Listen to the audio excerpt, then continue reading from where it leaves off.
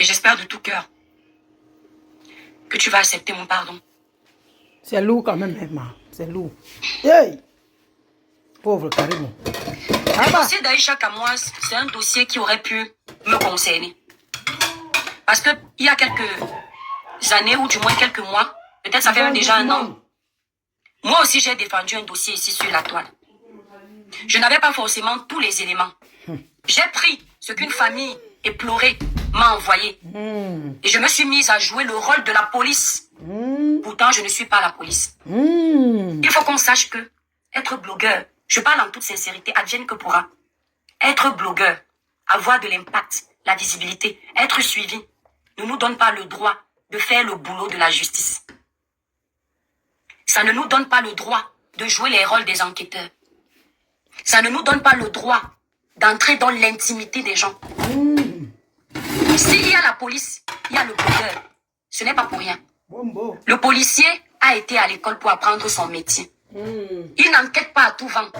Il a des éléments qui font que il puisse dire tel a fait, tel peut, tel n'a pas fait. Mais le blogueur se base sur des déclarations, sur des affirmations qui ne sont pas forcément fondées.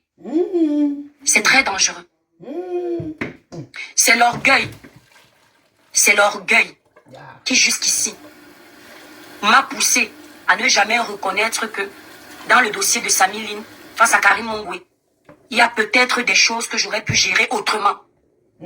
En toute sincérité. À quel moment? Je vous le dis. Je m'en fous des personnes qui vont dire tu te rabaisses à tel. J'en ai rien à foutre. C'est ma conscience. C'est l'orgueil qui m'a poussé à ne pas reconnaître que il y a une façon de gérer un dossier quand on est un blogueur, une façon de gérer quand on est policier. Et en tant que blogueur, j'ai géré ce dossier de Karim Mongwe face à la famille de Samy avec un manque de tact qui ne dit pas son nom. Certes, je n'ai jamais accusé Karim Mongwe d'avoir tué Samy parce que je ne me serais jamais permise de faire de telles affirmations. Je connais le retour de ce genre de choses. Mais j'ai finalement compris beaucoup de choses. Quand le blogueur Ahmed Kamer a lancé la cabale de dénigrement sur ma personne, là, ça m'interpelle. où il a raconté à tous les Camerounais